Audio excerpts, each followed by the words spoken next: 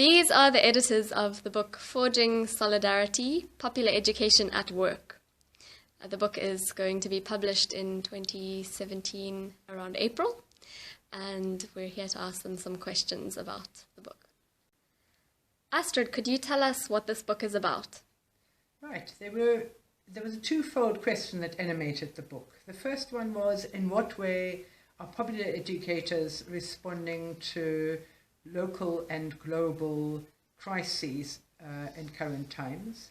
And in doing so, are they planting seeds of hope and imaginings for alternative futures which can connect individuals both locally and globally to achieve economic, ecological, social, political justice? Collectively, the writers in this book contest different meanings of solidarity, ranging from humanitarian attitude to a political relationship. Individually, they tell stories of how knowledge production and education intersect with solidarity and struggle. And what emerges is a remarkable account of how solidarity itself is a struggle that demands clear insight and just feeling, courage and the ability to sustain foresight and direction in the face of increasing opposition. Shirley, could you tell us a bit about the process of making this book? Sure.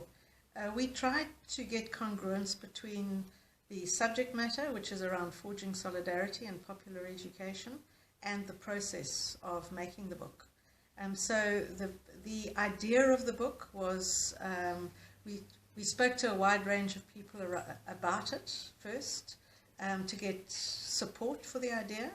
And then we put out a call, a very wide call, to invite people to participate.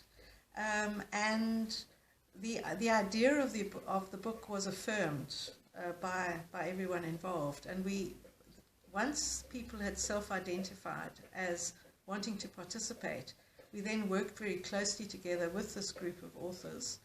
And we had writing workshops.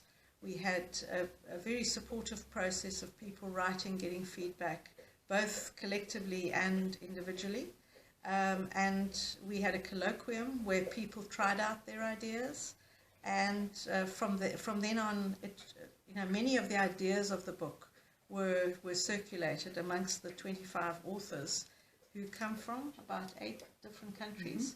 Mm-hmm. So it's been a very participatory process. With collective decision-making, which is unusual, I think. Yeah, no, it is. Yeah. Could you both say a little bit about how this book is different from other books on popular education? All right. I think it's timely, and maybe we should say that first. The whole topic of solidarity differs from all the other books that I have seen or we have seen about popular education, and solidarity, the call for solidarity and forging it as a process through struggle makes it very different from others. I think we haven't in this book really gone into the micro-pedagogical detail of popular education. It's been very much the stories of people in their particular context talking about how they've gone about forging solidarity, often against all odds. So I think the theme of forging solidarity is really central. And I think that the timeliness of the book is extremely important given the enormous support for a kind of a rampant individualism, which is being supported globally. So this is, in a way, a fight back. It's a fight back to saying, no, knowledge is created collectively. We have to collectively own the actions in our lives, in our communities. And these are some examples of how people are doing the most incredible actions in order to create an alternative world. And I think what contributed to that was the dialogue between academics and activists. A lot of the people had never really written anything for a book before, and they brought in a depth of experience that was a real challenge to a lot of the academics who hadn't really done so much groundwork. So the emphasis on action, I think, also makes it somewhat different from other books. And remember, we used to have another subtitle. The other subtitle was about Southern perspectives. And I think what was very useful about that is we constantly focused on in what way is our voice, specifically a voice from, if you want, below or from the south, not from the mainstream. And then we suddenly realized, but actually popular education in the political interpretation that we have been using is by nature a kind of southern perspective. And that's why we dropped that part from the title.